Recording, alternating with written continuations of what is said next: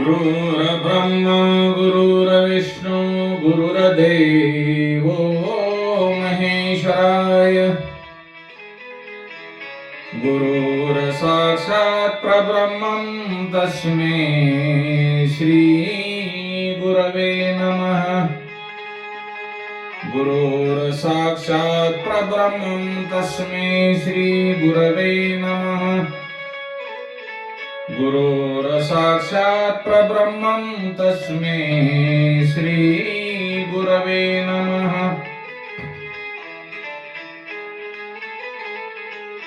रुक्मी वधाची कथा झाल्यानंतर सुखदेवांनी राजा परीक्षितांना नरक राजाची कथा सांगितलेली आहे। एकदा श्रीकृष्णांचे पुत्र पौत्र वन विहार करत असताना ते एका विहिरीजवळ जातात। त्यांना त्या विहिरीमध्ये मगरी एवढा सरडा दिसतो। तो सरडा पाहून त्यांना आश्चर्य वाटते आणि तो सरडा काढण्याचा प्रयत्न करतात, परंतु त्यांना तो सरडा विहिरीच्या बाहेर काढता येत नाही। तेव्हा ते आपले आजोबा यांना श्रीकृष्णांना बोलावतात आणि श्रीकृष्ण सहजपणे त्या विहिरीतून सरड्यांना बाहेर काढतात। तो सरडा जेव्हा जमिनीवर ठेवला जातो, त्या सरड्याला पाहून श्रीकृष्ण विचारतात, तू कोण आहेस? तुला सरड्याचा देह का प्राप्त झाला? त्यावर त्या सरड्यातून निघालेल्या तेजस्वी मनुष्याने श्रीकृष्णाला वंदन केले आणि म्हणतो, हे नारायणा,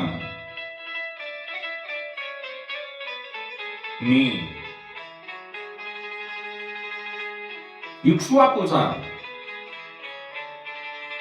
नरग नावाचा मुलगा। हे भगवंतानी अनेक पुण्यकृत्ये केली, अनेक गायीचे निदान केले होते,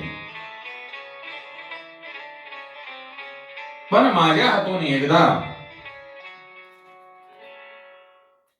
गाय दान करताना चूक झाली।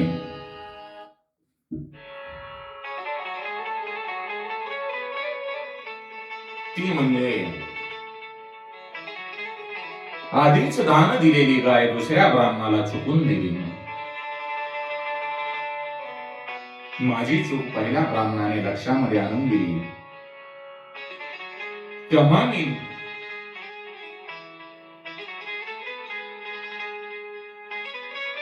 दुसऱ्या ब्राह्मणाला दुसरी गाय घेण्याची विनंती केली, परंतु त्याने ती मान्य केली नाही।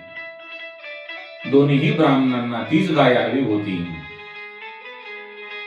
ते दोघेही ब्राह्मण महात्मा गाय न नेता विन्मुख होऊन गेले आणि त्या चुकीचे फळ म्हणून मला सरड्याचा जन्म मिळाला। हे नारायण, हे भगवंता, हे श्रीकृष्ण, तुमच्या स्पर्शाने माझा उद्धार झालेला आहे। नरगराजाची कथा ऐकून श्रीकृष्णांनी आपल्या पुत्र पौत्रांना गोदानाचे महत्व सांगितलेले आहे आणि ब्राह्मणांच्या संपत्तीचा अपहार करू नये असाही उपदेश आपल्या पुत्र पौत्रांना केलेला आहे।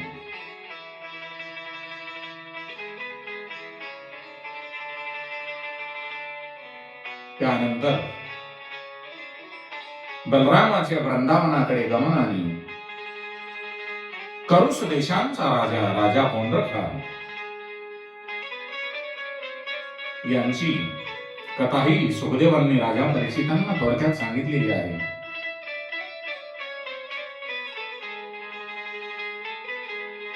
भौमासुराचा मित्र द्विज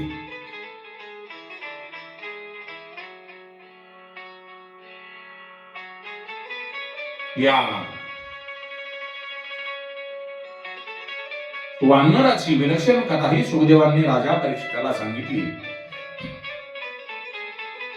भौमासुराचा मित्र असा हा उन्मत्त वानर द्विज, याला सहस्र हत्तीचे बळ प्राप्त होते. तो आपल्या बळाच्या जोरावर अनेक यज्ञ नष्ट करत असे.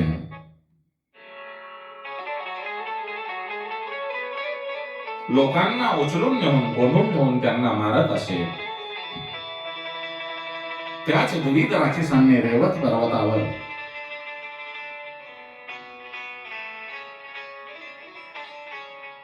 संगीत समारंभामध्ये मग्न असलेल्या बलरामजीला त्रास देण्यास सुरुवात केली. तेव्हा बलरामजीला राग अनावर होऊन त्यांनी त्या द्विज वानरावर मुष्टी प्रहार करून यमसदनाला पाठवलेले आहे. त्यामुळे द्विजाचा वध झाल्यामुळे देवांना खूप आनंद होतो.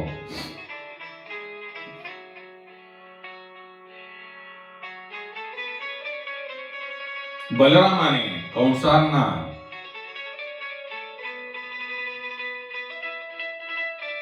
कौरवांना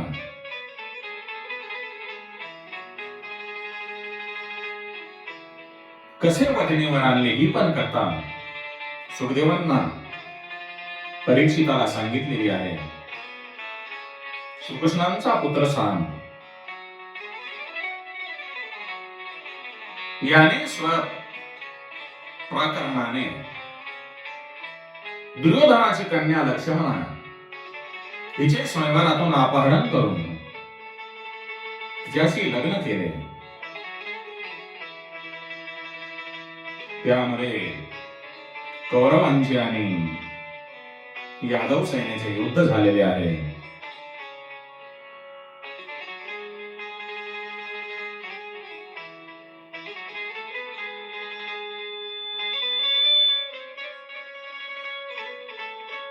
त्यावेळेला दुर्योधनाने बलरामाचा अपमान केला. त्यावेळेला दुर्योधनाने केलेला बलरामजीला अपमान सहन झाला नाही. त्यांनी प्रचंड रूप धारण करून आपला नांगर उचलून हस्तिनापुराच्या जमिनीखाली घालून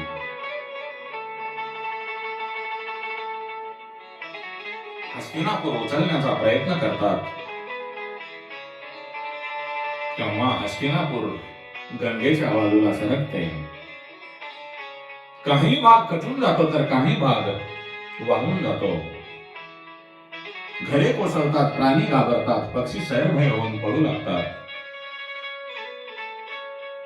बलरामाच्या संतापामुळे हे सारे घडते. हे जेव्हा कौरवांच्या लक्षात येते तेव्हा ते बलरामांना शरण जातात. त्यांनी सांब आणि लक्ष्मण यांना बरोबर आणले. तेव्हा बलरामांनी सौम्य रूप धारण करून सांब आणि लक्ष्मण यांचा विवाह लावून दिला. त्यानंतर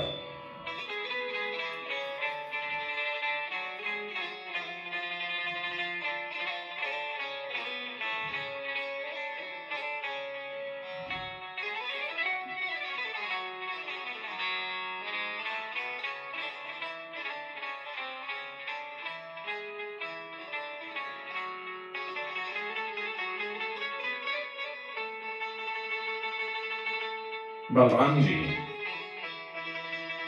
द्वारकेला परत येतात आणि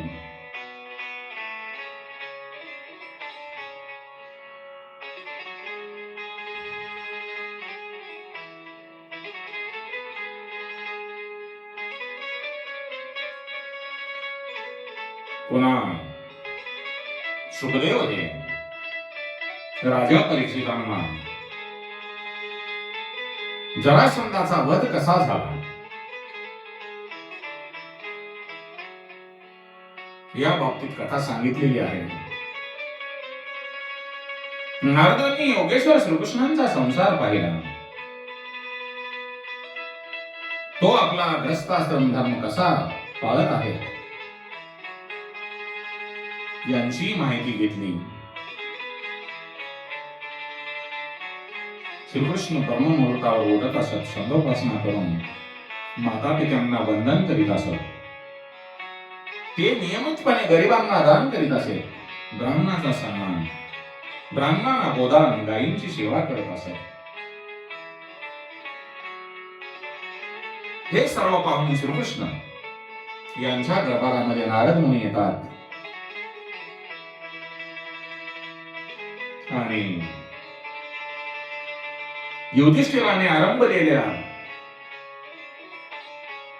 राजसूयस यज्ञाचे त्यांना निमंत्रण देतात. पुढे त्यांनी श्रीकृष्णांना एक व्रत सांगितलेले आहे. हे श्रीकृष्ण, जरासंध त्याला शरण आलेल्या प्रत्येक राजांना बंदिवातात टाकतो आहे, बंदिस्त करतो आहे आणि त्यांच्या स्त्रियावर आण्विक अत्याचार करत आहे. तेव्हा नारद मुनींचे बोलणे ऐकून श्रीकृष्ण उद्धवाला विचारतो, हे उद्धवा, मी आता काय करावे? युधिष्ठिराचे निमंत्रण स्वीकारावे की जरासंधाचा निपांत करावा? यावर उद्धवजी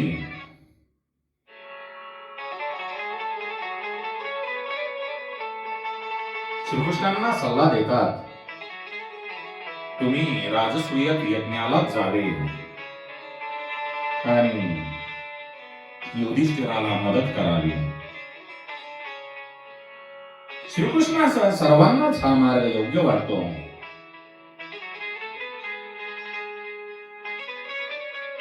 त्यावर नारद म्हणतात, जरासंधाला जर पराभूत करावयाचे असेल तर त्यांच्यावर सैन्यासह चढाई करू नये, कारण जरासंधाला युद्धामध्ये जिंकणे सोपे नाही.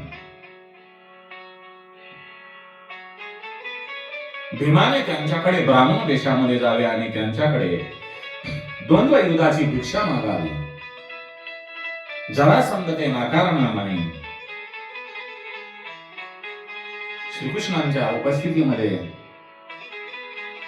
भीमाने जरासंधाशी द्वंद्व युद्ध केले. तर भीमाची आणि श्रीकृष्णांची युक्ती यांच्या मदतीने जरासंधाचा पराभव करणे शक्य होईल. कोणत्याही परिस्थितीत त्याला युद्धात मारण्यापेक्षा एकट्यानेच मारणे श्रेयस्कर आहे, असे ज्यावेळेला नारद मुनी सांगतात,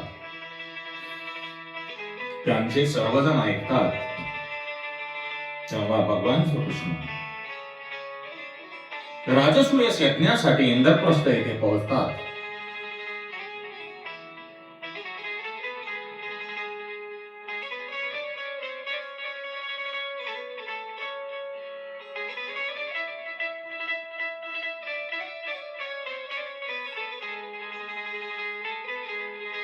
तेव्हा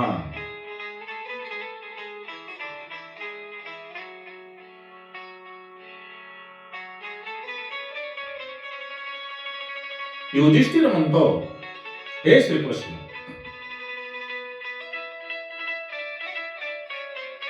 आपण अनेक राज्यांना या यज्ञासाठी निमंत्रित केलेले आहे,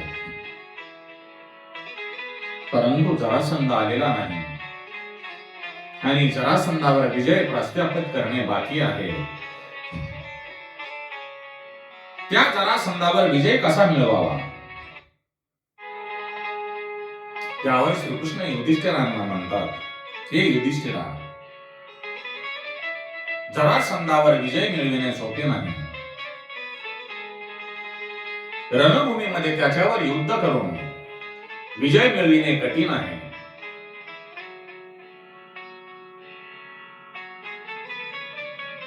जरासंधावर विजय मिळवण्यासाठी रणभूमीमध्ये त्याला एकटे पाडून त्याच्यावर युद्ध मिळवणे, त्याच्याबरोबर युद्ध करणे हे सोपे असून द्वंद्व युद्धामध्ये त्याला हरवणे फार चांगले. त्यासाठी मी अर्जुन आणि भीम ब्राह्मणाचा वेश धारण करून मगध देशामध्ये जातो. जरासंधाकडे गेल्यानंतर त्यांच्याकडे भिक्षा मागून द्वंद्व युद्धाची इच्छा व्यक्त करतो. बलदानदास भीमाकडे पाहून तो युद्धाची मागणी मान्य करेल आणि त्या द्वंद्व युद्धामध्ये जरासंधाचा पराभव करू. श्रीकृष्णांनी सांगितलेला सल्ला युधिष्ठिर मान्य करून श्रीकृष्ण भीम अर्जुन तिघेही ब्राह्मण वेश धारण करून जरासंधाच्या मगध राज्यामध्ये जातात. हे तीन तेजस्वी ब्राह्मण राजासमोर जाऊन उभा टाकतात. जरासंध त्या तिघांचे उत्तम स्वागत करतो आणि त्यांना विचारतो, हे ब्राह्मण, आपल्याला काय पाहिजे आहे? आपण प्रसन्न व्हाल तर आपणाला काय हवे असेल ते निसंकोचपणे मागा. जरासंधाचे बोलणे ऐकून श्रीकृष्ण त्या जरासंधाला म्हणू लागतो, हे राजा, आम्ही दूर देशातून आपल्याकडे आलेलो आहोत. आपल्याकडे विशेष मागणे मागावे या हेतूनेच आम्ही आपल्याकडे आलो आहोत. आपण ब्राह्मणांचा विशेष सन्मान करता. ही आपली कीर्ती ऐकूनच आम्ही आपल्याकडे आलेलो आहोत.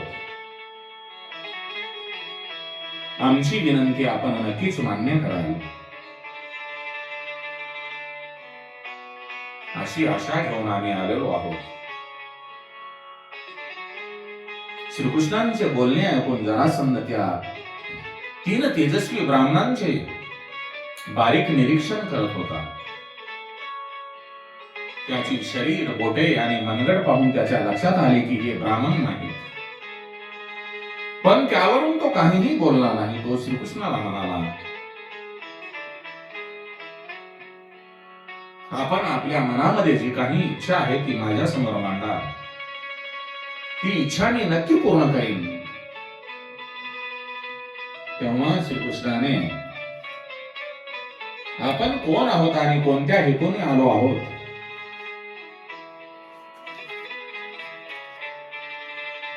हे जरासंधाला सांगून भिक्षा मागण्यासाठी आम्ही ब्राह्मण वेश धारण करून येथे आलो आहोत. मी, कृष्ण आणि हे दोघे भाऊ अर्जुन आणि भीम आहेत. श्रीकृष्णांचे बोलणे ऐकून जरासंध उपहासाने हसतो आणि म्हणतो, कृष्णा, हे श्रीकृष्ण, मी द्वंद्व युद्धाला तयार आहे. पण मी ह्या भीमा बरोबरच द्वंद्व युद्ध करेन. तोच मला तुल्यबळ वाटतो.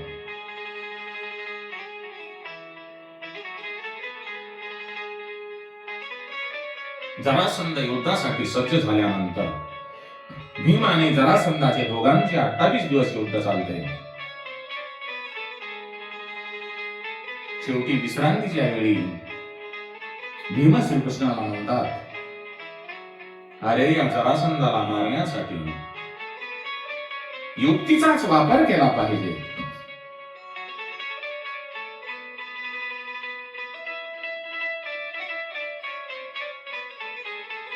भीमाच्या बोलण्यावर श्रीकृष्ण विचार करत असतात. त्यांना आठवले की जरासंधाचा जन्म हा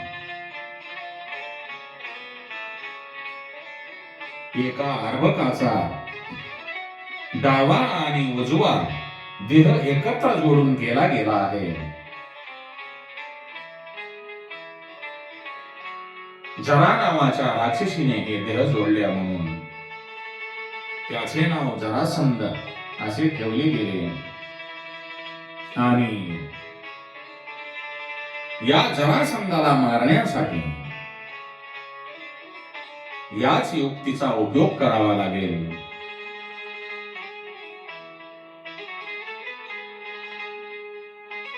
त्याच्या शरीराचे दोन उभे भाग करून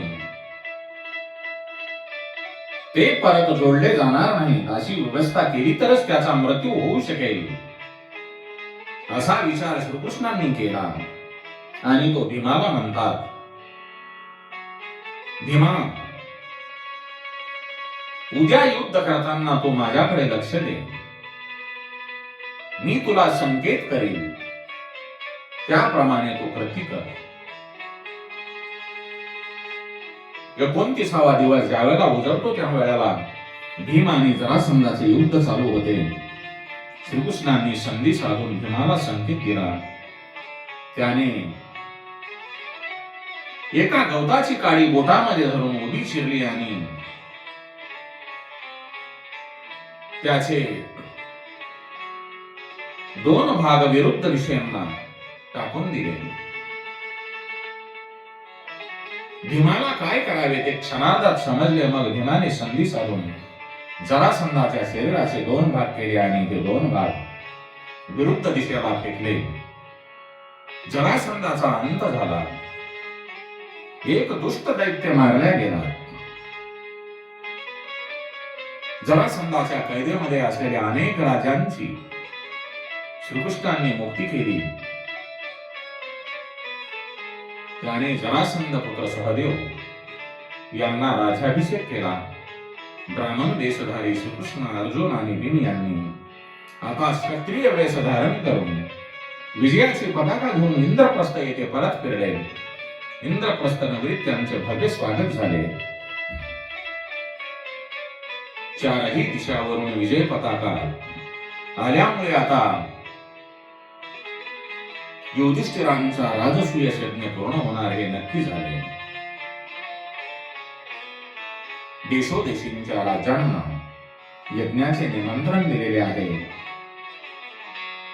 आणि इंद्रप्रस्थ नगरीला थोड्याच दिवसात एका मोठ्या छावणीचे स्वरूप प्राप्त झाले. अनेक राजे आपल्या राजवाड्यासह लवाजण्यासह इंद्रप्रस्थ नगरीमध्ये डेरे दाखल होतात. साऱ्यांचे स्वागत करण्यात पांडव आणि नगरजन सेवक गुंतलेले असतात.